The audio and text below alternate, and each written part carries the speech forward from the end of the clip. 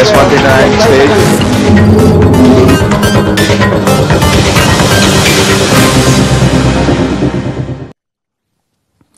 ನಮಸ್ಕಾರ. ತುಂಬ political noise ಇದ್ದ ದಿನ ಇವತ್ತು, but I take it later. ಅದಕ್ಕೆ ಮುಂಚೆ ಒಂದು ಪ್ರಶ್ನೆ ಕೇಳಬೇಕು. ನಿಮಗೆ ಟ್ರಾವೆಲ್ ಸಿಕ್ನೆಸ್ ಇದೆಯಾ ಅಂತ. ಟ್ರಾವೆಲ್ ಸಿಕ್ನೆಸ್ ಅಂದರೆ ಎಲ್ಲಾದರೂ ಹೋಗುವಾಗ ಬಸ್ಸಲ್ಲೋ ಕಾರಲ್ಲೋ ಟ್ರೈನಲ್ಲೋ ಹೋಗುವಾಗ ತಲೆ ಸುತ್ತೋದು, ವಾಂತಿ ಆಗೋದು, ಸಾಕಪ್ಪ ಈ ಪ್ರಯಾಣ ಅಂತ ಅನಿಸೋದು, ಆ ಥರದ್ದೇನಾದ್ರು ಪ್ರಾಬ್ಲಮ್ ನಿಮಗಿದೆಯಾ? ಇದ್ದರೆ I have got A solution, ಒಂದು ಹೊಸ ಸೊಲ್ಯೂಷನ್, ಭಾಳ ಇಂಟ್ರೆಸ್ಟಿಂಗ್ ಸೊಲ್ಯೂಷನ್. ಅದನ್ನು ಕಾರ್ಯಕ್ರಮದ ಕೊನೆಯಲ್ಲಿ ತೋರಿಸ್ತೀನಿ. ಬಟ್ ಈ ಟ್ರಾವೆಲ್ ಸಿಕ್ನೆಸ್ಸಿಗೆ ಮುಂಚೆ ನಮಗೆ ಅಂಟುಕೊಂಡಿರುವಂಥ ಪೊಲಿಟಿಕಲ್ ಸಿಕ್ನೆಸ್ ಬಗ್ಗೆ ಮಾತಾಡಬೇಕು ಅಂತ ಅನಿಸುತ್ತೆ. ಪೊಲಿಟಿಕಲ್ ಸಿಕ್ನೆಸ್ ಎರಡು ಥರ ಇರುತ್ತೆ. ಒಂದು ನಮಗೆ ಪೊಲಿಟಿಕ್ಸ್ ಕವರ್ ಮಾಡಲೇಬೇಕು ಅನ್ನೋ ಥರದ ನಮ್ಮ ಸಿಕ್ನೆಸ್ಸು, ಇನ್ನೊಂದು ಪೊಲಿಟಿಷಿಯನ್ಗಳಿಗಿರೋ ಥರದ ಸಿಕ್ನೆಸ್ಸು. ಅದು ಒಂದೋ ಜಡತ್ವ, ಇಲ್ಲ ಅಂದರೆ ಅತಿಯಾದ ಮಾತು. ಇಲ್ಲಿ ಕುಮಾರಸ್ವಾಮಿಯವರ ಸರ್ಕಾರದಲ್ಲಿ, ಕರ್ನಾಟಕದ ಹೊಸ ಸರ್ಕಾರದಲ್ಲಿ I am observing N interesting pattern here. ಏನು, ಕಳೆದ ಸುಮಾರು 1 ತಿಂಗಳಿಂದ ಒಂದು ಕ್ಯಾಬಿನೆಟ್ ಮೀಟಿಂಗೇ ನಡೆದಿಲ್ಲ. ಯೂಶಲಿ ಒಂದು ವಾರಕ್ಕೋ 15 ದಿನಕ್ಕೋ 10 ದಿನಕ್ಕೋ ಒಂದಿನ ಕ್ಯಾಬಿನೆಟ್ ಮೀಟಿಂಗ್ ನಡಿಬೇಕಾಗುತ್ತೆ. ಯಾಕೆಂದರೆ ತುಂಬ ಇಂಪಾರ್ಟೆಂಟ್ ಆಡಳಿತಾತ್ಮಕ ನಿರ್ಧಾರಗಳನ್ನು ತಗೊಳ್ಳೋದು ಕ್ಯಾಬಿನೆಟ್ ಮೀಟಿಂಗ್ನಲ್ಲೇ. ಆದರೆ ಒಂದು ಪೂರ್ಣ ಪ್ರಮಾಣದ ಕ್ಯಾಬಿನೆಟ್ ಮೀಟಿಂಗೇ ರಾಜ್ಯದಲ್ಲಿ ನಡೆದಿಲ್ಲ. ಮೊದಲು ನಡೆದಿದ್ದು ಯಾವಾಗ ಪರಮೇಶ್ವರ್ ಅವರು DCM ಆಗಿದ್ದಾಗ, ಕುಮಾರಸ್ವಾಮಿ ಅವರು ಮುಖ್ಯಮಂತ್ರಿ ಆಗಿದ್ದಾಗ ಅವರಿಬ್ಬರು ಸೇರಿ ಒಂದು ಕ್ಯಾಬಿನೆಟ್ ಮೀಟಿಂಗ್ ಮಾಡಿದರು.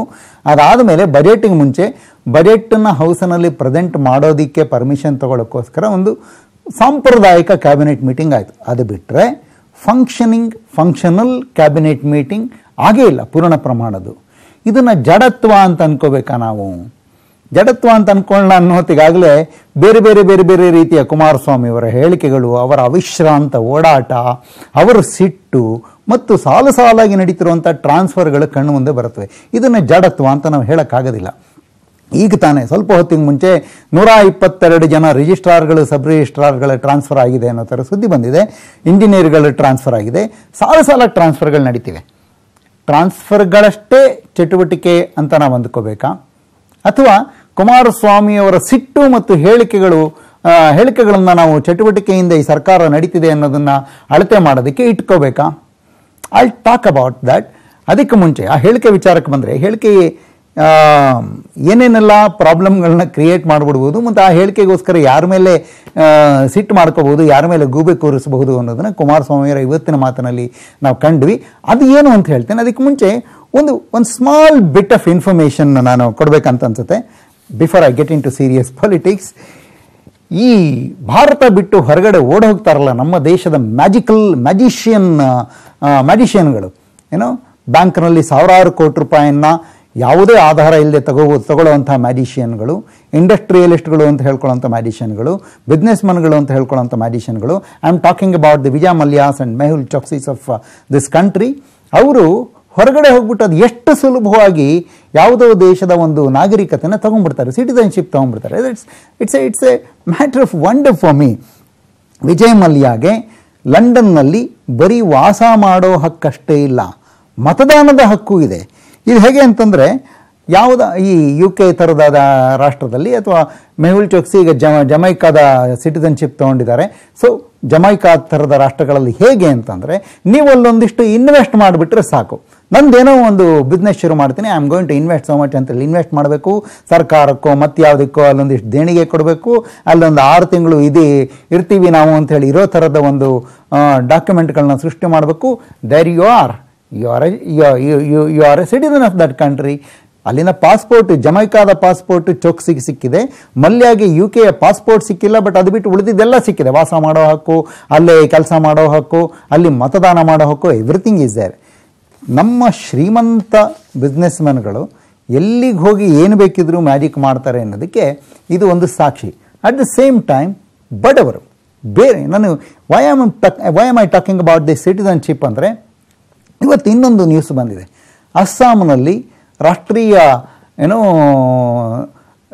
ನಾಗರಿಕತೆಯ ದಾಖಲಾತಿ, ನ್ಯಾಷನಲ್ ರಿಜಿಸ್ಟ್ರಿ ಆಫ್ ಸಿಟಿಸನ್ಶಿಪ್ನ ಒಂದು ವರದಿ ಇವತ್ತು ಬಹಿರಂಗ ಆಗಿದೆ. 2ನೇ ವರದಿ ಇದು. ಮೊದಲನೇ ವರದಿ ಲಾಸ್ಟ್ ಡಿಸೆಂಬರಲ್ಲಿ ಬಂದಿತ್ತು, ಈಗ ಒಂದು ಬಂದಿದೆ. ಅದರ ಪ್ರಕಾರ 40 ಲಕ್ಷ ಜನ ಇಲ್ಲೀಗಲ್ ಆಗಿ ಅಸ್ಸಾಂನಲ್ಲಿ ಇದ್ದಾರೆ, ಅವರು ಭಾರತೀಯರಲ್ಲ ಅಂತ. 40 ಲಕ್ಷ ಭಾರತೀಯರಲ್ಲದೆ ಇರೋರು ಅಕ್ರಮವಾಗಿ ಇದ್ದಾರೆ ಅನ್ನೋ ಥರದ ಒಂದು ವರದಿ ಅದು. I take it up later. ತುಂಬ ಇಂಟ್ರೆಸ್ಟಿಂಗ್ ಆಗಿದೆ, ಅನೇಕ ಇಂಟ್ರೆಸ್ಟಿಂಗ್ ಆಸ್ಪೆಕ್ಟ್ಗಳು ಅದರಲ್ಲಿವೆ. But as usual I come back to state. ಇಲ್ಲಿ ಇವತ್ತು ನಡೆದಂಥ, ನಾನು ಹೇಳಿದೆ ತುಂಬ ಪೊಲಿಟಿಕಲ್ ನಾಯ್ಸ್ ಇದ್ದಂಥ ದಿನ ಇವತ್ತು ಅಂಥೇಳಿ. ಅದಕ್ಕೆ ಬಹಳ ಮುಖ್ಯವಾದ ಕಾರಣ ಉತ್ತರ ಕರ್ನಾಟಕದ ಹೋರಾಟ. ಉತ್ತರ ಕರ್ನಾಟಕದವರು ಪ್ರತ್ಯೇಕ ರಾಜ್ಯ ಮಾಡಬೇಕು ಅಂತ ಒಂದು ಅಟ್ಲೀಸ್ಟ್ ಒಂದು ವರ್ಬಲ್ ವಾರ್ ಶುರು ಇಟ್ಕೊಂಡಿದ್ದಾರೆ. ನಾಳೆ ಒಂದು ಸುವರ್ಣಸೌಧದ ಮುಂದೆ, ಬೆಳಗಾವಿ ಸುವರ್ಣಸೌಧದ ಮುಂದೆ ಒಂದು ಪ್ರೊಟೆಸ್ಟ್ ನಡೆಯುತ್ತೆ. ಅಲ್ಲಿ ನಾವು ಪ್ರತ್ಯೇಕ ಧ್ವಜವನ್ನು ಶ್ರೀಗಳ ಅನುಮತಿ ಸಿಕ್ಕರೆ, ಶ್ರೀಗಳು ಅಂತಂದರೆ ಆ ಭಾಗದ ಸ್ವಾಮೀಜಿಗಳ ಅನುಮತಿ ಸಿಕ್ಕರೆ ಒಂದು ಧ್ವಜ ಕೂಡ ನಾವು ಲಾಂಚ್ ಮಾಡಿಬಿಡ್ತೀವಿ. ಕೇಸರಿ, ಹಳದಿ, ಹಸಿರು ಮಧ್ಯದಲ್ಲಿ ಉತ್ತರ ಕರ್ನಾಟಕದ ಲಾಂಛನ ಇರೋ ಥರದ ಧ್ವಜ ಲಾಂಚ್ ಮಾಡಿಬಿಡ್ತೀವಿ ಅಂತ ಹೇಳಿದ್ದಾರೆ. ನೀವು ಶ್ರೀರಾಮುಲು ಅವರ ಹೇಳಿಕೆಯನ್ನು ನೋಡ್ತೀರಿ. ಅವರು ಒಂದ್ಸಲ ಹೇಳಿದರು ಪ್ರತ್ಯೇಕ ಕರ್ನಾಟಕ ಆಗಬೇಕಾಗತ್ತೆ, ನಾನು ಹೋರಾಟಕ್ಕೆ ಮುಗಿದು ಧುಮುಕು ಬಿಡ್ತೀನಿ, ಐ ಟೇಕ್ ದ ಲೀಡರ್ಶಿಪ್ ಅನ್ನೋ ಥರ ಮಾತಾಡಿದರು. ಆಮೇಲೆ ಪಾರ್ಟಿ ಒಳಗಡೆಯಿಂದ ಅದು ಏನು ಟೈಟ್ ಆಯಿತೋ ಗೊತ್ತಿಲ್ಲ, ಅಖಂಡ ಕರ್ನಾಟಕ ಯಾವುದೇ ಕಾರಣಕ್ಕೂ ವಿಭಜನೆ ಆಗಬಾರ್ದು ಅಂತ ಅನ್ನೋ ಥರದ ಹೇಳಿಕೆ ಕೊಟ್ಟಿದೆ. ಈ ಥರದ ಫ್ಲಿಪ್ ಫ್ಲಾಪ್ಗಳು ನಮ್ಮ ರಾಜಕಾರಣಿಗಳಿಗೆ ಬಹಳ ಸಹಜ. I am not getting into the political statements. But what is important is ಉತ್ತರ ಕರ್ನಾಟಕದ ಒಂದಿಷ್ಟು ಹೋರಾಟಗಾರರು, 24 ಸಂಘಟನೆಗಳು ಒಟ್ಟಿಗೆ ಸೇರಿವೆ. ಅವರ ನಿಲುವುಗಳು, ಒಲವುಗಳ ಬಗ್ಗೆ ಆಮೇಲೆ ಮಾತಾಡ್ಬೋದು. But they have come together to press for a separate statehood for Uttara Karnataka. ಸ್ವಾಮೀಜಿಗಳು ಕೂಡ ಅವ್ರ ಜೊತೆ ಕೈ ಜೋಡಿಸಿದ್ದಾರೆ. ಈಗ ನನ್ನ ಜೊತೆ ಸ್ವಾಮೀಜಿಗಳು ಸೇರ್ಕೊಳ್ತಾರೆ. ದಿಂಗಾಲೇಶ್ವರ ಸ್ವಾಮೀಜಿಯವರು ಮತ್ತು ಉಜ್ಜಯಿನಿ ಜಗದ್ಗುರು ಸಿದ್ಧಲಿಂಗ ಸ್ವಾಮೀಜಿಯವರು ನನ್ನ ಜೊತೆ ಸಂಪರ್ಕದಲ್ಲಿ ಇದ್ದಾರೆ ಅಂತ ಅನ್ಕೊಂಡಿದ್ದೀನಿ, ಫೋನ್ ಸಂಪರ್ಕದಲ್ಲಿ. ಸ್ವಾಮೀಜಿಗಳೇ ನಮಸ್ಕಾರ. ನಮಸ್ಕಾರ. ಹಾ ಸ್ವಾಮೀಜಿಗಳೇ, ನನ್ನ ಮಾತು ಕೇಳ್ತೀಯ? ದಿಂಗಾಲೇಶ್ವರ ಸ್ವಾಮೀಜಿಗಳೇ ಕೇಳ್ತಾ ಇದೆ. ಹಾ, ಈಗ ಸ್ವಾಮೀಜಿಗಳೇ, ತಾವು ಕೂಡ ಈ ಪ್ರತ್ಯೇಕ ಕರ್ನಾಟಕದ ಹೋರಾಟಕ್ಕೆ ತಮ್ಮ ಬೆಂಬಲ ಸೂಚಿಸಿದಿರಿ, ತಮ್ಮ ಶಕ್ತಿಯನ್ನ ಅದಕ್ಕೆ ಧಾರೆ ಎರಿತಿದ್ದೀರಿ. ಯಾಕೆ ತೀರಾ ಅಷ್ಟೊಂದು ಕೆಟ್ಟೋಗಿದೆ ನಮ್ಮ ರಾಜ್ಯ, ಒಡೆದಾಕಬೇಕು ಅನ್ನೋಷ್ಟು ರಾಜಕಾರಣಿಗಳು ಮಾಡ್ತಾರೆ ಬಿಡಿ, ಬಟ್ ಸ್ವಾಮೀಜಿಗಳಾದರೂ ಎಲ್ಲರನ್ನೂ ಒಟ್ಟಿಗೆ ಸೇರಿಸಬೇಕೇನೋ ಅಂತ ನನಗನ್ಸುತ್ತೆ. ದಯವಿಟ್ಟು ನನ್ನದೊಂದು ಸ್ಪಷ್ಟವಾದ ಅಭಿಪ್ರಾಯವನ್ನ ಮಾಧ್ಯಮದವರು ಗಮನಿಸಬೇಕು. ಹೇಳಿ. ನಾನು ಯಾವುದೇ ರೀತಿಯಿಂದ ಈ ರಾಜ್ಯ ಇಬ್ಬಾಗ ಆಗ್ಬೇಕು, ಅದು ಪ್ರತ್ಯೇಕ ಆಗ್ಬೇಕು ಅನ್ನುವಂತ ವಿಚಾರವಾಗಿ ಹೇಳಿಕೆ ಕೊಡುವಂತ ಯಾವುದೇ ವಿಚಾರಕ್ಕೆ ನಾನು ಹೋಗಿರ್ಲಿಲ್ಲ.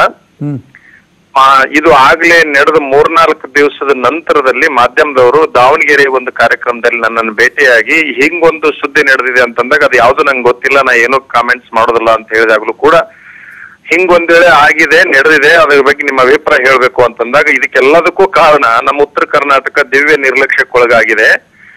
ಆ ಕಾರಣಕ್ಕಾಗಿ ಅದು ಪ್ರತ್ಯೇಕ ರಾಜ್ಯ ಬೇಡಿಕೆಯನ್ನ ಇಟ್ಟಿರಬಹುದು ಅಂತ ನಾ ಹೇಳಿದೆ ಅವತ್ತಿನ ದಿವಸ ದಾವಣಗೆರೆಯಲ್ಲಿ. ಆದ್ರೆ ಈಗಲೂ ಕೂಡ ನಾನು ಏನ್ ಹೇಳಕ್ ಇಷ್ಟಪಡ್ತೀನಿ ಅಂತಂದ್ರೆ ತಮಗೆ, ಈ ಉತ್ತರ ಕರ್ನಾಟಕ ಮತ್ತು ದಕ್ಷಿಣ ಕರ್ನಾಟಕ ರಾಜ್ಯದಲ್ಲಿ 2 ದಿಕ್ಕುಗಳನ್ನು ನೋಡ್ಕೊಂಡಂತ ಸಂದರ್ಭದಲ್ಲಿ ನನ್ನ ಸ್ಪಷ್ಟವಾದ ನಿಲುವು ಏನು ಅಂತಂದ್ರೆ, ದಕ್ಷಿಣ ಭಾಗದಲ್ಲಿ ಯಾವ ಪ್ರಗತಿ ಆಗಿದೆಯೋ ಅದರ ಕೇವಲ 30ರಷ್ಟು ಕೂಡ ನಮ್ಮ ಉತ್ತರ ಭಾಗದಲ್ಲಿ ಆಗಿಲ್ಲ ಅನ್ನುವಂಥದ್ದನ್ನ, ಪ್ರತಿಶತ 30ರಷ್ಟು ಕೂಡ ಇಲ್ಲಿ ಆಗಿಲ್ಲ. ಅಲ್ಲಿ 100ಕ್ಕೆ 100 ಅನ್ಕೊಂಡ್ರೆ ಇಲ್ಲಿ 30ರಷ್ಟು ಆಗಿಲ್ಲ. ಖಂಡಿತ ಸ್ವಾಮೀಜಿ, ಅದ್ರ ಬಗ್ಗೆ ಅನುಮಾನ ಇಲ್ಲ. ಆದ್ರೆ ಅದ್ರ ಹೊಣೆಗಾರಿಕೆಯನ್ನು ಉತ್ತರ ಕರ್ನಾಟಕದಿಂದನೇ ಆರಿಸಿ ಬಂದಿರುವಂತಹ ನಾಯಕರ ತಲೆಗೆ ಕಟ್ಟಬೇಕು. ಅದು ಒಟ್ಟಾರೆ ನಮ್ಮ ರಾಜಕಾರಣದಲ್ಲಿ ಯಾರು ಮುಖ್ಯಮಂತ್ರಿ ಸ್ಥಾನದಲ್ಲಿ ಕೂತ್ಕೊಂಡ್ರು ಅವರನ್ನ ಮಾತ್ರ ಟಾರ್ಗೆಟ್ ಮಾಡಬೇಕು. ಆದ್ರೆ ನಾನು ಹೇಳ್ತಾ ಇರೋದು, ಮುಖ್ಯಮಂತ್ರಿಗಳಿಗೆ ಏನಾದ್ರೂ ಅದರ ಹೊಣೆಗಾರಿಕೆ ಇತ್ತು ಅಂತಂದ್ರೆ, ಆಡಳಿತದಲ್ಲಿ ಇರತಕ್ಕಂತ ಮುಖ್ಯಮಂತ್ರಿಗಳಿಗೆ ಅದರ ಹೊಣೆಗಾರಿಕೆ ಇತ್ತು, ಸಮಗ್ರ ಕರ್ನಾಟಕದ ಕಲ್ಪನಾ ಇತ್ತು ಅಂತಂದ್ರೆ ಅಲ್ಲಿರ್ತಕ್ಕಂಥ MLA ಮತ್ತು ಅಲ್ಲಿರ್ತಕ್ಕಂಥ ಮಂತ್ರಿಗಳು ಅಷ್ಟು ಲೆಕ್ಕಕ್ಕೆ ಬರೋದಿಲ್ಲ ಅಂತಕ್ಕಂಥ ಭಾವನೆ ನಂದು. ಕಾರಣ ಏನು ಅಂತಂದ್ರೆ, ಮುಖ್ಯಮಂತ್ರಿಗಳು ಇದನ್ನ ಅಲ್ಲಿ ಮಾಡ್ಲೇಬೇಕು ಅನ್ನುವಂತ ಮಾತನ್ನ ಹೇಳಿದ್ರಾಗ ಯಾವ MLAಗಳು ಯಾವ ಮಂತ್ರಿಗಳು ಕೂಡ ಅದನ್ನ ಅಲ್ಲಗಳೆಯುವಂತ ಸಂದರ್ಭ ಆಗಲಿ ಅಥವಾ ವಿರೋಧ ಮಾಡುವಂತ ಸಂದರ್ಭ ಆಗಲಿ. ಏನಂದ್ರೆ ಉತ್ತರ ಕರ್ನಾಟಕದ ಭಾಗದಿಂದನೇ ನಾವು ರಾಮಕೃಷ್ಣ ಹೆಗಡೆಯವರನ್ನು ಉತ್ತರ ಕರ್ನಾಟಕಕ್ಕೆ ಸೇರಿದವರು, ಅಲ್ಲಿನ ಜನಮಾನಸಕ್ಕೆ ಸೇರಿದವರು ಅಂತ ಕೌಂಟ್ ಮಾಡಿದ್ರೆ 7 ಜನ ಮುಖ್ಯಮಂತ್ರಿಗಳು ಆ ಭಾಗದಿಂದ ಬಂದಿದ್ದಾರೆ. ಆದ್ರೂ ಪ್ರಗತಿ ಆಗಿಲ್ಲ ಅಂತಂದ್ರೆ ಯಾರ ತಲೆಗೆ ಇದ್ರ ಜವಾಬ್ದಾರಿನ ಕಟ್ಟಬೇಕು? ಒಂದು ಇಲ್ಲಿ ಏನಾಗುತ್ತೆ ಅಂದ್ರೆ ತಮ್ಮ ಗಮನಕ್ಕೆ ನಾ ತರ್ಲಿಕ್ಕೆ ಇಚ್ಛಪಡ್ತೀನಿ. ಯಡಿಯೂರಪ್ಪನವರನ್ನ ನಾನು ಹೆಸರು ಹೇಳಿದ್ರೆ ನೀವು ಲಿಂಗಾಯತ್ ಸ್ವಾಮಿಗಳು, ಅವರು ಕೂಡ ಲಿಂಗಾಯತರು, ನೀವು ಅವ್ರನ್ನ ಹೊಗಳ್ಬಹುದು ಅನ್ನುವಂತ ಒಂದು ಕಲ್ಪನೆ ಬಂದ್ಬಿಡ್ಬಹುದು ಅಂತ ಅನ್ಕೊಳ್ತೀನಿ. ಆದ್ರೂ ಪರವಾಗಿಲ್ಲ. ಯಡಿಯೂರಪ್ಪನವರು ಎಷ್ಟು ವರ್ಷ ಮುಖ್ಯಮಂತ್ರಿಗಳಾಗಿದ್ರು ಅಷ್ಟು ವರ್ಷ ಎಷ್ಟು ಶರವೇಗದಲ್ಲಿ ರಸ್ತೆ ಕಾಮಗಾರಿಗಳು ಅವು ಇವು ನಡೆದು ಅಂತಂದ್ರೆ ಸಾಕಷ್ಟು ಕಾಮಗಾರಿಗಳೇ ನಡೆದು ಉತ್ತರ ಕರ್ನಾಟಕದಲ್ಲಿ, ಅದು ಮುಂದುವರಿಲಿಲ್ಲ ಅಂತಕ್ಕಂಥ ನೋವು ನಮಗಿದೆ. ಆದ್ರೆ ಅವರ ನಂತರ ಜಗದೀಶ್ ಶೆಟ್ಟರ್ ಅವರು ಮುಖ್ಯಮಂತ್ರಿ ಆಗಿ ಬಂದ್ರು ಕೂಡ ನಡೀಲಿಲ್ಲ ಅಂತ. ಜಗದೀಶ್ ಶೆಟ್ಟರ್ ಅದೇ ಭಾಗದವರು. ನಾನು ಅವರು ಇವರು ಅಂತ ಹೇಳಲಿಕ್ಕೆ ಇಚ್ಛ ಪಡೋದಿಲ್ಲ. ಅಂತೂ ಒಟ್ಟಾರೆ ಯಡಿಯೂರಪ್ಪನವ್ರ ಕಾಲಕ್ಕೆ ಈ ಭಾಗದ ಯಾವುದೇ ಒಬ್ಬ ಕಾಂಟ್ರಾಕ್ಟರ್ ನಮ್ಮ ಹತ್ರ ಬಂದಾಗ ಮಾತಾಡ್ತಿರ್ತಾರೆ, ಇಂಜಿನಿಯರ್ಸ್ ಬಂದಾಗ ನಮ್ಮ ಹತ್ರ ಮಾತಾಡ್ತಿರ್ತಾರ. ಸ್ವಾಮೀಜಿ ಆ ಸಂದರ್ಭದಲ್ಲಿ ನಮಗೆ ಡೇ ಅಂಡ್ ನೈಟ್ ವರ್ಕ್ ಮಾಡಕ್ ಆಗ್ತಾ ಇರ್ಲಿಲ್ಲ, ಅಷ್ಟೊಂದು ಸಿಕ್ಕಾಪಟ್ಟೆ ಕೆಲಸಗಳು ಈ ನಾಡಿಗೆ ಬಂತು ಅನ್ನುವಂತ ಮಾತನ್ನ ಅವ್ರು ಹೇಳ್ತಾ ಇದ್ರು. ಇಲ್ಲಿ ದಯವಿಟ್ಟು ನಾನು ಜಾತಿ ಮತ್ತು ಪಕ್ಷವನ್ನ ದೇವರ ಸಾಕ್ಷಿಯಾಗಿನೂ ಕೂಡ ಇಟ್ಕೊಂಡು ಮಾತಾಡ್ತಾ ಇಲ್ಲ.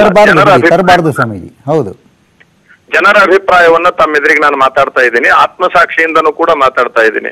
ಅಲ್ಲ, ಈಗ ತಮ್ಮ ಮಾತಿನ ಅರ್ಥ ಏನಂದ್ರೆ ಉತ್ತರ ಕರ್ನಾಟಕ ಎಷ್ಟು ಅಭಿವೃದ್ಧಿ ಆಗಬೇಕಾಗಿತ್ತು ಅಷ್ಟು ಅಭಿವೃದ್ಧಿ ಆಗಿಲ್ಲ, ನ್ಯಾಯ ಸಿಕ್ಕಲ್ಲ. ಫೈನ್, ಒಪ್ಕೊಳ್ಳೋ ಮಾತಿದು. ಇದು ನಂಜುಂಡಪ್ಪ ವರದಿನಲ್ಲಿ ಸಾಬೀತಾಗಿದೆ. ಯಾವುದೇ ಡಿಪಾರ್ಟ್ಮೆಂಟ್ ಏನ್ ಸರ್, ಯಾವುದೇ ಡಿಪಾರ್ಟ್ಮೆಂಟ್ ಕೂಡ ಒಂದು ಸರಿಯಾದ ಕೆಲಸವನ್ನ ಇಲ್ಲಿ ಮಾಡ್ತಾ ಇಲ್ಲ ಅನ್ನುವಂತ ಅಲ್ವಾ? ಇದ್ರ ಹೊಣೆ ಅಲ್ಲಿಂದ ಬಂದ ನಾಯಕರುಗಳು ಸೇರಿ ಮುಖ್ಯಮಂತ್ರಿ ಸ್ಥಾನದಲ್ಲಿ ಕೂತ್ಕೊಂಡವರು ಕೂಡ ತಗೋಬೇಕಾಗತ್ತೆ. ಬಟ್ ಈಗ ಸಲ್ಯೂಷನ್ ಇದಕ್ಕೆ ಒಂದು ಪರಿಹಾರ ಅಂತಂದ್ರೆ ಪ್ರತ್ಯೇಕ ರಾಜ್ಯ ಆಗೋದೇನಾ? ಸರ್ ಪ್ಲೀಸ್ ಸರ್, ತಮಗೆ ಇನ್ನೊಂದು ಮಾತು ಹೇಳಕ್ ಇಚ್ಛಪಡ್ತೀನಿ.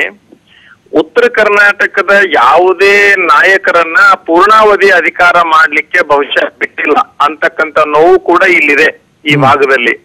ಉತ್ತರ ಕರ್ನಾಟಕದ ನಾಯಕರು ಬಹಳ ಮಂದಿ ಮುಖ್ಯಮಂತ್ರಿಗಳಾಗಕ್ ಬಿಟ್ಟಿಲ್ಲ. ಒಂದು, ಅವರು ಕೂಡ ಅವ್ರನ್ನ ಪೂರ್ಣಾವಧಿ ಅಧಿಕಾರ ಮಾಡಕ್ ಬಿಟ್ಟಿಲ್ಲ. ನಂಬರ್ 2, ಈ ಭಾಗದ ಯಾವುದೇ MLAಗಳು ಮತ್ತು ಯಾವುದೇ ಸಾರ್ವಜನಿಕರು ಕಾಮಗಾರಿಗಳನ್ನ ತೆಗೆದುಕೊಂಡು ಬೆಂಗಳೂರಿನವರಿಗೆ ಫೈಲ್ ಹಿಡ್ಕೊಂಡು ಹೋಗ್ಬಿಟ್ರೆ ಅವ್ರು ಅಲ್ಲಿದ್ದು ತಮ್ಮ ಖರ್ಚು ವೆಚ್ಚ ನಿಭಾಯಿಸಲಾರದೆ ಈ ಕಡೆ ಸುಮ್ಮನೆ ದಿಕ್ಕೆಟ್ಟ ಓಡಿ ಬಂದಿರ್ಬೇಕು. ಆ ಪರಿಸ್ಥಿತಿ ನಿರ್ಮಾಣ ಆಗುತ್ತೆ. ಒಪ್ಕೊಳ್ಳೋ ಮಾತು ಸ್ವಾಮೀಜಿ. ಆದ್ರೆ ಪರಿಹಾರ ಪ್ರತ್ಯೇಕ ರಾಜ್ಯ ಮಾಡ್ಕೊಳ್ಳದೆ ಪರಿಹಾರನ, ಇಸ್ ದೇರ್ ಸಮಥಿಂಗ್ ಎಲ್ಸ್? ಆದ್ರೆ ನನ್ನ ಅಭಿಪ್ರಾಯದಲ್ಲಿ ಪ್ರತ್ಯೇಕ ರಾಜ್ಯ ಈ ಸದ್ಯಕ್ಕೆ ಅದರ ಅವಶ್ಯಕತೆ ಬೇಡ, ಅದರ ವಿಚಾರನೂ ಬೇಡ. ಆದ್ರೆ ಬೆಂಗಳೂರು ಮತ್ತು ದಕ್ಷಿಣ ಭಾಗಕ್ಕೆ ಏನು ಒಂದು ಪ್ರಾತಿನಿಧ್ಯವನ್ನ ಸರ್ಕಾರ ಕೊಡ್ತದೆ ಅದನ್ನ ಪರಿಪೂರ್ಣವಾಗಿ ಆ ಕಡೆ 50 ಈ ಕಡೆ 50 ಮಾಡಿ ಒಂದು ಕಾಮಗಾರಿಯನ್ನ ಮಾಡಿದ್ದೇ ಕರೆ ಆದಲ್ಲಿ ನಿಜವಾಗ್ಲೂ ಕೂಡ ಆ ಧ್ವನಿ ಅಡಗುತ್ತೆ ಅಂತಕ್ಕಂತಹ ವಿಚಾರ ನಂದು. ಧ್ವನಿ ಕೇಳಬೇಕು. ನಾನು ಕೇಳ್ತಿರೋದು, ನಾಳೆ ಪ್ರತ್ಯೇಕತೆಯ ಹೋರಾಟ ನಡೆಯುತ್ತೆ ಅಂತಿದೆ. ಬೆಳಗಾವಿ ಸುವರ್ಣಸೌಧದ ಮುಂದೆ ಪ್ರತಿಭಟನೆ ಇರುತ್ತೆ ಅಂತ. ಅದರಲ್ಲಿ ತಾವು ಪಾಲ್ಗೊಳ್ತೀರಾ? ಅದಕ್ಕೆ ತಮ್ಮ ಬೆಂಬಲ ಇದೆಯಾ? ಇಲ್ಲ, ನಾನು ನನ್ನ ಕಾರ್ಯನಿಮಿತ್ತ ಆ ಕಡೆ ಹೋಗ್ತಾ ಇಲ್ಲ. ಆದ್ರ ಅವ್ರೇನು ಒಂದು ಹೋರಾಟವನ್ನ ಮಾಡ್ತಾ ಇದ್ದಾರೆ, ಪ್ರತ್ಯೇಕ ರಾಜ್ಯ ಹೋರಾಟ ಬೇಡ, ಈ ಉತ್ತರ ಕರ್ನಾಟಕಕ್ಕೆ ಸಮಗ್ರ ಅಭಿವೃದ್ಧಿಯ ಕಲ್ಪನೆಯನ್ನು ಇಟ್ಟುಕೊಂಡು ಹೋರಾಟ ಮಾಡೋದು ಸದ್ಯದ ಅವಶ್ಯಕತೆ ಅನ್ನುವಂತ ಭಾವನೆ ನಂದು. ನಾಳೆಯ ಪ್ರತಿಭಟನೆಯಲ್ಲಿ ಅದಕ್ಕೆ ಬೇಕಾದಂತ ಒಂದು ರೋಡ್ ಮ್ಯಾಪ್ ಅನ್ನ ರೆಡಿ ಮಾಡ್ಲಿಕ್ಕೆ ತಾವು ಹೇಳ್ಬೋದೇನೋ? ಪ್ರತ್ಯೇಕ ರಾಜ್ಯ ಹೋರಾಟ ಬಿಡಿ, ಏನು ಮಾಡಬೇಕು ಅದನ್ನ ಒಂದು ಮಾರ್ಗದರ್ಶಿ ಸೂತ್ರ ತರ ಒಂದು ಸರ್ಕಾರಕ್ಕೆ ಕೊಡಿ ಅಂತ. ಅಷ್ಟೇ. ನಾನು ಮತ್ತೆ ಇನ್ನೊಂದು ಸದ್ಯದ ಮುಖ್ಯಮಂತ್ರಿಗಳಿಗೆ ನಾನೇನು ವಿನಂತಿ ಮಾಡ್ಕೊಳ್ಳಕ್ ಇಚ್ಛ ಪಡ್ತೀನಿ ತಮ್ಮ ಮೂಲಕ ಅಂದ್ರೆ, ಈಗ ಉತ್ತರ ಕರ್ನಾಟಕದವನ್ನ ಬಹಳ ಪ್ರೀತಿ ಮಾಡಿ ಉತ್ತರ ಕರ್ನಾಟಕದವೇ ನನ್ನ ಕನಸು ಅಂತ ಹೇಳಿ ತಿಳ್ಕೊಂಡು ಹುಬ್ಬಳ್ಳಿ ಒಳಗೆ ಮುಖ್ಯಮಂತ್ರಿಗಳು ಮನೆಯನ್ನ ಮಾಡಿದ್ರು. ಆ ಮನೆಯನ್ನ ಮಾಡಿರುವಂತಹ ಉದ್ದೇಶ ಬಹುಶಃ ಉತ್ತರ ಕರ್ನಾಟಕದ ಅಭಿವೃದ್ಧಿ ಆಗ್ಬೇಕು ಅಂತೇಳಿ ಅವ್ರು ಅವತ್ತು ಹೇಳಿದ್ರು ಅಂತ ಅನ್ಕೊಳ್ತೀನಿ. ಸ್ವಲ್ಪ ಆ ಹಿಂದಕ್ಕೆ ಹೋಗಿ ಅವತ್ತು ಅವ್ರೇನ್ ನಿಲುವುಗಳನ್ನ ತೆಗೆದುಕೊಂಡಿದ್ರು, ಇವತ್ತು ಅದನ್ನ ಮಾಡಿಬಿಟ್ಟಿದ್ದೇ ಕರೆ ಆಯ್ತು ಅಂತಂದ್ರೆ ಬಹಳ ಒಳ್ಳೇದಾಗಬಹುದು ಅಂತ ಅನ್ಕೊಳ್ತೀವಿ ನಾವು. ಫೈನ್, ಥ್ಯಾಂಕ್ ಯು ಸ್ವಾಮೀಜಿ, ನಮಸ್ಕಾರ. ಪ್ರತ್ಯೇಕ ರಾಜ್ಯದ ಕೂಗು ಹೆಚ್ಚು ದೊಡ್ಡದಾಗಲಿಕ್ಕಿಲ್ಲ ಅಂತ ನಾವು ಆಶಿಸಬಹುದೇನೋ. ಅಟ್ ದ ಸೇಮ್ ಟೈಮ್ ಉತ್ತರ ಕರ್ನಾಟಕಕ್ಕೆ ಏನು ಸಿಗಬೇಕೋ ಅದನ್ನು ಸಿಗೋ ಹಾಗೆ ನಮ್ಮ ಮಾನ್ಯ ಮುಖ್ಯಮಂತ್ರಿಗಳು ಮಾಡಬೇಕು ಮತ್ತು ಮಾತಾಡಬೇಕು. ಅವರು ನಮಗೆ ಓಟ್ ಹಾಕಲಿಲ್ಲ ಅನ್ನೋ ಥರದ ಮಾತಾಡಿದಾಗ ಆ ಭಾಗದ ಜನಕ್ಕೆ ಸಿಟ್ಟು, ರೋಷ, ಆಕ್ರೋಶ ಎಲ್ಲ ಬರುತ್ತೆ. ಅದು ಸಹಜ ಸಿಟ್ಟು, ಸಹಜ ಆಕ್ರೋಶ, ಸಹಜ ನೋವು ಅಂತ ಕುಮಾರಸ್ವಾಮಿಯವರು ಅರ್ಥ ಮಾಡ್ಕೋಬೇಕು. ಮಾಧ್ಯಮಗಳು ನೀವು ದೊಡ್ಡದು ಮಾಡ್ತಿದ್ದೀರಿ ಅಂತ ಮಾಧ್ಯಮಗಳಿಗೆ ಬೈದರೆ ಪ್ರಯೋಜನ ಇಲ್ಲ. ಮಾತಾಡಿದ್ದು ನೀವು, ತೋರಿಸಿರೋದು ಮಾಧ್ಯಮ. ತೋರಿಸಿದ್ದು ತಪ್ಪಲ್ಲ, ಆಡಿದ್ದು ತಪ್ಪು ಅಂತ ಅಂದ್ಕೊಳ್ತೀನಿ. ಬಟ್ ಮುಖ್ಯಮಂತ್ರಿ ಸ್ಥಾನದಲ್ಲಿ ಕೂತ್ಕೊಂಡಿರೋರು ನಿಮ್ಮ ಮೇಲೆ ಏನೇನೋ ಒತ್ತಡಗಳಿರ್ಬೋದು, ಅದನ್ನು ಸರಿ ಮಾಡಿಕೊಂಡು ಅಟ್ಲೀಸ್ಟ್ ನಾವು I hope you will try to pacify things there. ಅಲ್ಲಿನ ಜನರ ನೋವಿಗೆ ಮುಲಾಮ್ ಹಚ್ಚೋ ಕೆಲಸವನ್ನು ತಾವು ಮಾಡ್ತೀರಿ ಅಂತ ಅಂದ್ಕೊಂಡಿದ್ದೀನಿ. ಉತ್ತರ ಕರ್ನಾಟಕದಲ್ಲೇ ಒಂದು ದಿನ ಸಭೆ ಮಾಡಿ ಎಲ್ಲರನ್ನೂ ಕರೆದು ಮಾತಾಡ್ತೀನಿ ಅಂತ ತಾವು ಹೇಳಿದಿರಿ. I hope it happens soon. August 2ನೇ ತಾರೀಕು ಉತ್ತರ ಕರ್ನಾಟಕ ಹೋರಾಟಕ್ಕೋಸ್ಕರ ಅಲ್ಲಿ ಬಂದ್ಗೆ ಕರೆ ನೀಡಿದ್ದಾರೆ.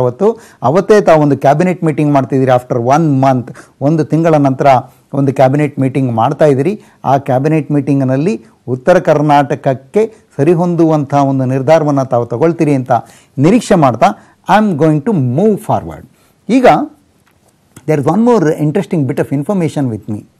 ನಮ್ಮ ರಾಜಕಾರಣಿಗಳು ಯಾರ್ಯಾರು ಚುನಾವಣೆಯಲ್ಲಿ ಎಷ್ಟೆಷ್ಟು ಖರ್ಚು ಮಾಡಿದರು ಅಂತ ಚುನಾವಣಾ ಆಯೋಗದ ಪ್ರಕಾರ 28 ಲಕ್ಷಕ್ಕಿಂತ ಹೆಚ್ಚು ಖರ್ಚನ್ನು ಒಬ್ಬ ಕ್ಯಾಂಡಿಡೇಟು ಎಲೆಕ್ಷನ್ನಲ್ಲಿ ಮಾಡೋ ಹಾಗಿಲ್ಲ. ನಾವು ಇದ್ರ ಬಗ್ಗೆ ಸುಮಾರು ಸಲ ಚರ್ಚೆ ಮಾಡಿದ್ವಿ. ನಮ್ಮ ಎಲೆಕ್ಷನ್ಗಳು ಇವತ್ತು ಹೇಗೆ ನಡೀತಿದೆ ಅಂತಂದರೆ 28 ಲಕ್ಷಕ್ಕಿಂತ ಹೆಚ್ಚಿಗೆ ಖರ್ಚು ಮಾಡೋ ಹಾಗಿಲ್ಲ ಅಂತ ಹೇಳಿದಾಗ ಅಡ್ಡದಾರಿಗಳನ್ನು ನಮ್ಮ ರಾಜಕಾರಣಿಗಳು ಕಂಡುಕೊಳ್ತಾರೆ. ಅಫಿಷಿಯಲಿ 28 ಲಕ್ಷ ಅಥವಾ ಅದಕ್ಕಿಂತ ಕಮ್ಮಿ ಲೆಕ್ಕನೇ ತೋರಿಸ್ತಾರೆ ಅಂತ ನಾನು ಹಿಂದೆ ಸುಮಾರು ಸಲ ಮಾತಾಡಿದ್ವಿ. But this is the system. Election commission has laid out the rule. ಅದನ್ನು ಫಾಲೋ ಮಾಡ್ತೀರಿ. ಎಷ್ಟು ಅಚ್ಚುಕಟ್ಟಾಗಿ ಫಾಲೋ ಮಾಡ್ತಿದ್ದಾರೆ ಅಂತ ನೋಡಿ. ಕುಮಾರಸ್ವಾಮಿ ಅವರು 9 ಲಕ್ಷ ಖರ್ಚು ಮಾಡಿದ್ರಂತೆ, ರಾಮನಗರದಲ್ಲಿ 9 ಲಕ್ಷ, ಚನ್ನಪಟ್ಟಣದಲ್ಲಿ 10 ಲಕ್ಷ, ಹೀಗೆ ಫಿಗರ್ಗಳು ನನ್ನ ಹತ್ರ. ಪರಮೇಶ್ವರ್ ಚುನಾವಣಾ ವೆಚ್ಚ 8,68,000 ಅಂತೆ. 8,68,000. ಸಿದ್ದರಾಮಯ್ಯನವರು ಹೆಚ್ಚು ಕಡಿಮೆ ಏನೋ 15-16 ಲಕ್ಷ ಥರ ಏನೋ ಖರ್ಚು ಮಾಡಿದ್ದಾರೆ. ಎಷ್ಟೆಷ್ಟು ಖರ್ಚು ಮಾಡಿದ್ದಾರೆ ಅನ್ನೋದು ನಿಮ್ಮ ಸ್ಕ್ರೀನ್ ಮೇಲೆ ಹೋಗ್ತದೆ. I am not going to run through the list. D K Shivakumar, ಸಿದ್ದರಾಮಯ್ಯನವರು, ಕುಮಾರಸ್ವಾಮಿಯವರು, ರೇವಣ್ಣ, ಯಡಿಯೂರಪ್ಪ, ಈಶ್ವರಪ್ಪ. ಇರೋದ್ರಲ್ಲಿ ಯಡಿಯೂರಪ್ಪ, ಈಶ್ವರಪ್ಪ ಅವರದೇ ಈಗ ಸದ್ಯಕ್ಕೆ ನಮಗೆ ಸಿಕ್ಕಿರೋ ಫಿಗರ್ಸಲ್ಲಿ ಅತಿ ಹೆಚ್ಚು 18 ಲಕ್ಷ, 17 ಲಕ್ಷ. ಬಟ್ ಇಷ್ಟು ಕಡಿಮೆ ಖರ್ಚಲ್ಲಿ ಒಂದು ಚುನಾವಣೆ ಇವರು ನಡೆಸ್ತಾರೆ ಅಂತಂದರೆ ಶಾಬಾಷ್ ಹೇಳಬೇಕು. ಅಂದರೆ ಎಷ್ಟು ಅಳೆದು ತೂಗಿ ಕೈ ಹಿಡಿದು ಖರ್ಚು ಮಾಡಿದ್ದಾರೆ ಅಂಥೇಳಿ ಮಾಜಿ ಸಚಿವರಾದ ಟಿ ಬಿ ಜಯಚಂದ್ರ ಅವರು ನನ್ನ ಜೊತೆ ಈಗ ಮಾತಾಡೋದಕ್ಕೆ ಫೋನ್ ಸಂಪರ್ಕದಲ್ಲಿದ್ದಾರೆ. ಜಯಚಂದ್ರ ಅವರೇ ನಮಸ್ಕಾರ. ನಮಸ್ಕಾರ. ಹೇಳ್ತೀವಿ. ಇದು ಭಾಳ ಸಂತೋಷ ಆಗ್ತಾ ಇದೆ ನನಗೆ. ನಮ್ಮ ರಾಜಕೀಯ ನಾಯಕರುಗಳು ತಮ್ಮ ಚುನಾವಣೆಗೆ ಕೇವಲ ಬರೀ 8 ಲಕ್ಷ, 10 ಲಕ್ಷ, 15 ಲಕ್ಷ ಖರ್ಚು ಮಾಡಿಬಿಟ್ಟು ಗೆದ್ದುಬಿಟ್ಟಿದಾರಲ್ಲ ಅಂತೇಳಿ. ಇದನ್ನು ನಂಬಬೇಕಾ ಸರ್ ನಾವು? ನಮ್ಮದು ಬಿಡೋದು ಬೇರೆ ಪ್ರಶ್ನೆ. But we have declared it. Okay, declare ಮಾಡಿದಿರಿ. ಕರೆಕ್ಟ್. ನಾನು I am not questioning that. ನೀವು ತೋರಿಸಿದಿರಿ ಅಲ್ಲಿ ಎಲೆಕ್ಷನ್ ಕಮಿಷನ್ ರೂಲ್ ಪ್ರಕಾರ ಅದಾಗಿದೆ. I am not questioning that. I am not even questioning election commission. What I am trying to understand is, ಇದು ಒಂದು ನಮ್ಮ ವ್ಯವಸ್ಥೆಯಲ್ಲಿಯ ಒಂದು ದೊಡ್ಡ ಲೋಪವನ್ನು ಬಹಳ ಗಾಢವಾಗಿ ತೋರಿಸ್ತಿದೆ ಅಂತ ಅನ್ಸೋದಿಲ್ವಾ? It's A ಫಾರ್ಸ್. ನೋಡಿ, ಇದು it's A larger question that has to be discussed on the floor of the parliament, the floor of the assembly. ಆ ರೀತಿಯಾಗಿ ಅಲ್ಲಿ ಕೂತು ಚರ್ಚೆ ಮಾಡಿ ಚುನಾವಣಾ ಆಯೋಗದ ಮೇಲೆ ಪ್ರಭಾವ ಬೀರಿ ಈ ರೀತಿಯಾಗಿ ಇದಕ್ಕೆ ಹೊಸಕ್ಕೆ ಒಂದು ವಿಶೇಷವಾದಂತ ಏನಾದ್ರು ಕಾನೂನು ತರಬೇಕು ಅಥವಾ ಇನ್ನೊಂದು ಮಾಡಬೇಕು, ನಿಯಮಗಳು ಮಾಡಬೇಕು ಅಂತ ಹೇಳಿ ಚರ್ಚೆ ಮಾಡ್ಬೇಕಾಗ್ತದೆ. ಮಾಡ್ಬೇಕಲ್ವಾ? ಈಗ ತಾವು 11 ಲಕ್ಷ ಖರ್ಚು ಮಾಡಿದಿರಿ ಅಂತಂದ್ರೆ ತಮ್ಮ ಚುನಾವಣೆಗೆ, 11 ಲಕ್ಷದಲ್ಲಿ ಚುನಾವಣೆ ಆಗಲ್ಲ ಅನ್ನೋದು ಚುನಾವಣೆಯ ರೀತಿ ನೋಡಿದವ್ರಿಗೆ ಎಲ್ರಿಗೂ ಗೊತ್ತಿರುತ್ತೆ. ಎಷ್ಟಿದೆ ಗೊತ್ತಿಲ್ಲ ನನಗೆ, ಒಟ್ಟಿನಲ್ಲಿ ನಾವು ಡಿಕ್ಲೇರ್ ಮಾಡಿದ್ವಿ. ಆಯ್ತು. ಈಗ ಸರ್ ಒಂದು ಸಿಂಪಲ್ ಕ್ಯಾಲ್ಕುಲೇಷನ್ ನಾವು ಮಾಡೋದೇನಂದ್ರೆ, ನಾವೇ ನಮ್ಮ ಆಫೀಸ್ಗೆ ಒಂದು ಗಾಡಿ ಹೈರ್ ಮಾಡ್ಕೋಬೇಕು, ಒಂದು ವೆಹಿಕಲ್ ಹೈರ್ ಮಾಡ್ಕೋಬೇಕು ಅಂದ್ರೆ ತಿಂಗಳಿಗೆ ಏನೋ ದಿನಕ್ಕೆ 2-3 ಸಾವಿರ ಆಗುತ್ತೆ. ಒಂದು 20 ವೆಹಿಕಲ್ ಒಂದ್ ತಿಂಗಳಿಗೆ ಅಂತಂದ್ರೆ ಎಷ್ಟಾಗತ್ತೆ ಅನ್ನೋದು ಗೊತ್ತು. ನೀವು ನಾವು ಬೇಸ್ ಮಾಡಿರೋ ಅಫಿಡವಿಟ್ ಇಟ್ಕೊಂಡು ನೀವು ಕೇಳಿದ್ರೆ ಪ್ರಶ್ನೆ ಪ್ರಯೋಜನ ಆಗೋದಿಲ್ಲ. ಈಗ ನೀವು ಚುನಾವಣೆಗಳಲ್ಲಿ ಸರ್ವೇ ಸಾಮಾನ್ಯವಾಗಿ ಎಷ್ಟು ಖರ್ಚಾಗ್ತದೆ, ಏನಾಗ್ತದೆ ಅಂತಕ್ಕಂಥದನ್ನ ಜನರೆಲ್ಲ ಕೂತು ಚರ್ಚೆ ಮಾಡಿ ಅದಕ್ಕೆ ಏನಾರ ಒಂದು ಇತಿಮಿತಿ ಹಾಕಬೇಕು. ಈ ಚುನಾವಣೆ ಈ ರೀತಿಯಾಗಿ ಮಾಡೋದ್ರಿಂದ ಕಂಟ್ರೋಲ್ ಆಗ್ತದಾ ಇಲ್ವಾ ಅನ್ನೋದ್ರ ಬಗ್ಗೆ ಚರ್ಚೆ ಮಾಡಬೇಕಾಗುತ್ತೆ. ಕರೆಕ್ಟ್. ಇದಕ್ಕೊಂದು ಸಿಸ್ಟಮ್ ತರಬೇಕು. ಅಂದ್ರೆ ಇದನ್ನ ಜನ ನಂಬೋದಿಲ್ಲ, ನೀವು ನಂಬೋದಿಲ್ಲ, ಯಾರು ನಂಬಲಿಕ್ಕಾಗದೇ ಇರೋ ತರದ ಫಿಗರ್ಗಳು. ಬಟ್ ಇದು ಅಫಿಷಿಯಲ್ ರೆಕಾರ್ಡ್. ಬಟ್ ಇದನ್ನ ಸರಿ ಮಾಡಬೇಕು ಅಂತಂದ್ರೆ ಏನಾದ್ರು ಒಂದು ಸಿಸ್ಟಮ್ ಬರಬೇಕಲ್ಲ. ಶುಡ್ ಎಲೆಕ್ಷನ್ ಕಮಿಷನ್ ಇಂಥವೆಲ್ಲ ವಿಚಾರಗಳು ಕೂಡ ಸಾರ್ವಜನಿಕವಾಗಿ ಚರ್ಚೆ ಆಗಬೇಕು. ಸಾರ್ವಜನಿಕವಾಗಿ ಚರ್ಚೆ ಆಗಲಿ ಅಂತಾನೆ ಇದನ್ನ ಚರ್ಚೆ ಆಗಬೇಕು. ಇದಕ್ಕೆ ಏನಾದ್ರು ಒಂದು ದಾರಿಯನ್ನ ಕಂಡುಹಿಡಿಯುವ ಪ್ರಯತ್ನ ಮಾಡ್ಬೇಕು. ಕರೆಕ್ಟ್, ದಾರಿ ಕಂಡುಹಿಡಿಯೋ ಪ್ರಯತ್ನ ಮಾಡಬೇಕು. ಅದಕ್ಕೆ ತಾವು ಕೈ ಜೋಡಿಸ್ತೀರಿ ಅಂತ ಅನ್ಕೊಂಡಿದೀನಿ. ಥ್ಯಾಂಕ್ ಯು ಜಯಚಂದ್ರ ಅವರೇ. ಇದ್ರ ಬಗ್ಗೆ ಎಷ್ಟು ಮಾತಾಡಿದ್ರು ಉಳಿಯುತ್ತೆ. ಒಂದು ಪ್ರಮಾಣ ವಚನ ಸ್ವೀಕಾರ ಸಮಾರಂಭ 1-1.5 ಗಂಟೆ ನಡೆಯೋದಕ್ಕೆ ನಾವು 40 ಲಕ್ಷ ಖರ್ಚು ಮಾಡ್ತೀವಿ. ಕಾರ್ ಪಾರ್ಕಿಂಗ್ಗೆ ಟೈಲ್ಸ್ ಹಾಕೋದಕ್ಕೆ 20 ಕೋಟಿ ಖರ್ಚಾಗತ್ತೆ.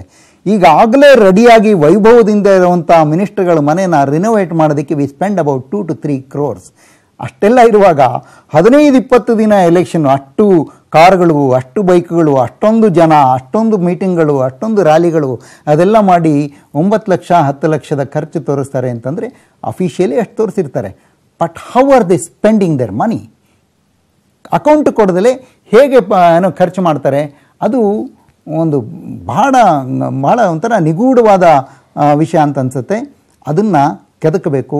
ಐ ಹೋಪ್ ನಾವು we try to reach out to ನಮ್ಮ ರಾಜ್ಯದ ಮುಖ್ಯ ಚುನಾವಣಾಧಿಕಾರಿಯನ್ನು ರೀಚ್ ಮಾಡಲಿಕ್ಕೆ ಪ್ರಯತ್ನ ಪಟ್ವಿ, ಅವರನ್ನು ಮಾತಾಡ್ಸೋಣ ಅಂತ ಅಂದ್ಕೊಂಡ್ವಿ. But he refuse to talk. Obviously ಅವರ ಅಫಿಷಿಯಲ್ ರೆಕಾರ್ಡ್ ಪ್ರಕಾರ ಮಾತಾಡ್ತಾರೆ, ಅಫಿಷಿಯಲ್ ರೆಕಾರ್ಡ್ ಅವರ ಹತ್ರ ಇದೆ, can't help it. But this is a fact and this is a farce. ಅದು ಚರ್ಚೆ ಮಾಡಲಿಕ್ಕೆ ತುಂಬ ಇದೆ. ಎಲೆಕ್ಷನ್ ಖರ್ಚಿನ ವಿಚಾರ ತುಂಬ ವ್ಯಂಗ್ಯಗಳು ಅದರಲ್ಲಿವೆ. I will not get into that, maybe some other day, some other occasion. ನಾನು ವಿರಾಮ ತಗೊಳ್ಳಿಕ್ಕೆ ಮುಂಚೆ actually at the very beginning I told you about citizenship. ಅಸ್ಸಾಂನಲ್ಲಿ ಒಂದು ಮತ್ತೆ ಹೊಸ ಜನಗಣತಿ ನಡೀತಾ ಇದೆ ಅಂತ ಹೇಳಿ ಒಂದು ನ್ಯಾಷನಲ್ ರಿಜಿಸ್ಟ್ರಿ ಆಫ್ ಸಿಟಿಸನ್ಶಿಪ್ನಲ್ಲಿ ಅಲ್ಲಿನ ಜನರನ್ನು ನೋಂದಣಿ ಮಾಡ್ಕೊಳ್ತಾ ಇದ್ದಾರೆ.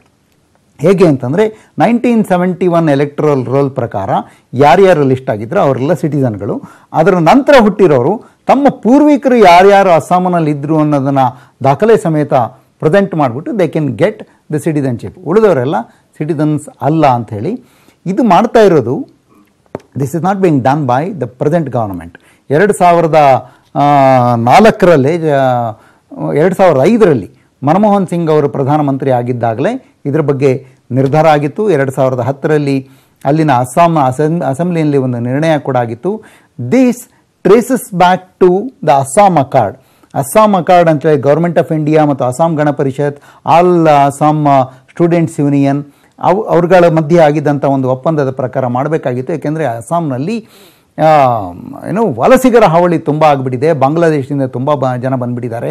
1971 ವಾರ ಆದಮೇಲಂತೂ ಸಿಕ್ಕಾಪಟ್ಟೆ ಸುಮಾರು 1 ಕೋಟಿಯಷ್ಟು ಜನ ಅಲ್ಲಿಗೆ ಬಂದುಬಿಟ್ರು ಅಂಥೇಳಿ. It's also true because 1951 to 1961 ಅಸ್ಸಾಂನ ಜನಸಂಖ್ಯೆ 36% ಜಾಸ್ತಿ ಆಗಿತ್ತು. ಅದಾದಮೇಲಿನ 10 ವರ್ಷದಲ್ಲಿ 35% ಜಾಸ್ತಿ ಆಯಿತು. ಇಡೀ ದೇಶದಲ್ಲಿ ಎಲ್ಲೂ ಆಗದೇ ಇರುವಂಥ ಗ್ರೋತ್ ಇದು. It should be because of the influx from Bangladesh ಅನ್ನೋ ಅನುಮಾನ ಇತ್ತು. ಸೊ ಅಕ್ರಮ ವಲಸಿಗರನ್ನು ಗುರುತಿಸಿ ಹೊರಗೆ ಕಳಿಸೋ ಪ್ರಯತ್ನ ಆಗಬೇಕು. ಹೊರಗೆ ಕಳಿಸಲ್ಲ ಅಂತ ಈಗ ಹೇಳಿದ್ದಾರೆ ರಾಜನಾಥ್ ಸಿಂಗ್ ಅವರು. But whatever they do, they are trying to identify. ಇದು ಒಂದು ಪೊಲಿಟಿಕಲ್ ಟರ್ಮಾಯಿಲ್ನ ಸೃಷ್ಟಿ ಮಾಡುತ್ತೆ ಅನ್ನೋದಕ್ಕೆ ಸಾಕ್ಷಿ ಮಮತಾ ಬ್ಯಾನರ್ಜಿ ಅವರು ಹೇಳಿರೋ ಮಾತು. ಬಾಂಗ್ಲಾದವ್ರನ್ನೇ ಟಾರ್ಗೆಟ್ ಮಾಡ್ತಿದ್ದಾರೆ ಅಂತ ಬಾಂಗ್ಲಾದವರು ಹೊಂದಿದ್ದಾರೆ. Fortunately she has not taken the name of the community. I leave it at that. Travel sickness ಬಗ್ಗೆ ನಾನು ಮಾತಾಡ್ತಾ ಇದ್ದೆ. ತುಂಬ ಜನಕ್ಕೆ ಪ್ರಯಾಣ ಮಾಡುವಾಗ ಈ ಥರದ ಒಂದು ಸಿಕ್ನೆಸ್ ಬಂದ್ಬಿಡುತ್ತೆ, ತಲೆನೋವು, ವಾಂತಿ ಎಲ್ಲ. ಅದಕ್ಕೆ ಒಂದಿಷ್ಟು ನಮ್ಮ ಹೋಮ್ ರೆಮಿಡಿಗಳಿವೆ. ಬಟ್ ಈಗ ಒಂದು ಹೊಸ ಥರದ ಕನ್ನಡಕ ಬಂದಿದೆ. ಇಟ್ಸ್ ಎನ್ ಇಂಟ್ರೆಸ್ಟಿಂಗ್ ಕನ್ನಡಕ. ಏನು ಅಂತ ನೋಡ್ಕೊಂಡು ಬನ್ನಿ. ತುಂಬ ಜನಕ್ಕೆ ಈ ಪ್ರಾಬ್ಲಮ್ ಇರುತ್ತೆ. ಎಲ್ಲಿಗಾದರೂ ಲಾಂಗ್ ಡ್ರೈವ್ ಹೋಗಬೇಕು ಅಂತ ಕಾರಲ್ಲಿ ಕೂತು ಸ್ವಲ್ಪ ಹೊತ್ತಿಗೆ ತಲೆ ಸುತ್ತೋಕೆ ಶುರುವಾಗುತ್ತೆ, ವಾಂತಿ ಬರೋ ಹಾಗಾಗತ್ತೆ, ಅಮಲು ಬಂದ ಹಾಗಾಗತ್ತೆ, ಮೈಯೆಲ್ಲ ಬೆವರುತ್ತೆ. ಜಸ್ಟ್ ಎ ಫ್ಯೂ ಮಿನಿಟ್ಸ್ ಅಷ್ಟೇ.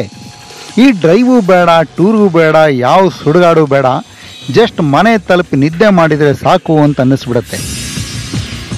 ಅಲ್ಲಿಗೆ holiday is finished.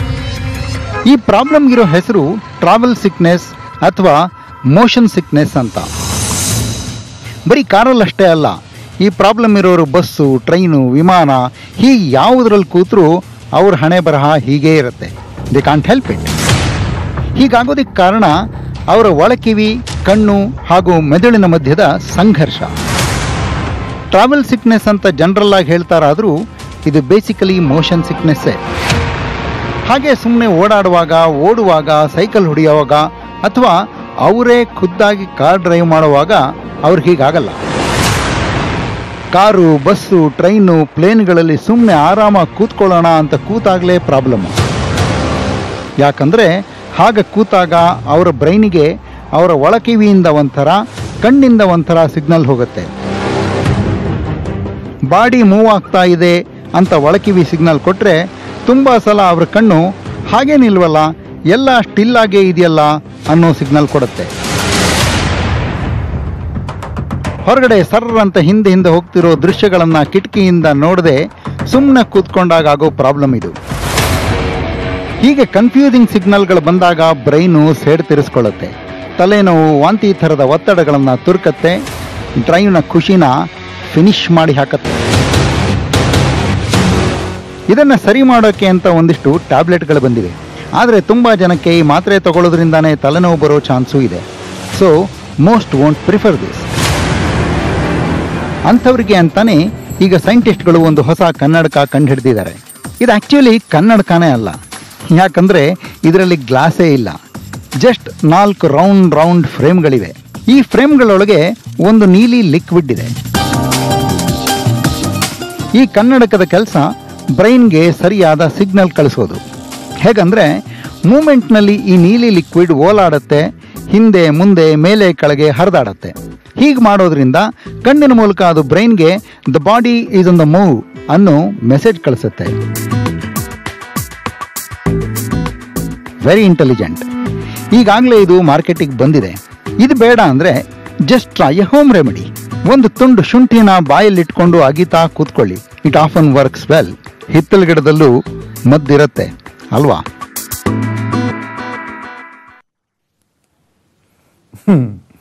Happy journey. Good night.